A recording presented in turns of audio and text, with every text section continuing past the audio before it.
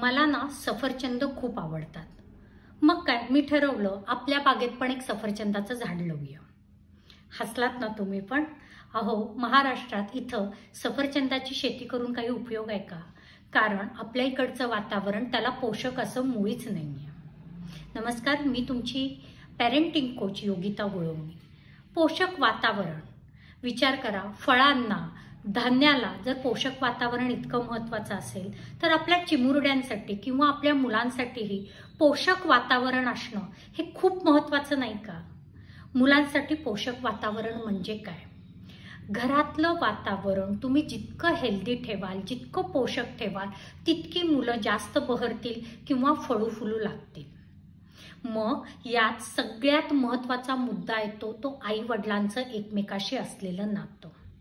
जितके आई वडील एक टीम म्हणून काम करतायत किंवा जितका त्यांच्यात प्रेम ओलावा आहे तितका मुलांचा कॉन्फिडन्स हा खूप छान वाढीस लागतो आणि ती मुलंही अतिशय उत्साहाने आपलं जीवन जगत असतात. पण तेच ज्या घरात ना आई वडिलांच्यात बेबनाव असतात, रोज किटकिटी असतात किंवा रोज यांना त्या कारणावरून खटके उडत असतात, अशी मुलं अतिशय बित्री होतात किंवा कधी कधी ते आपला आत्मविश्वास पण पूर्ण गमावून बसतात.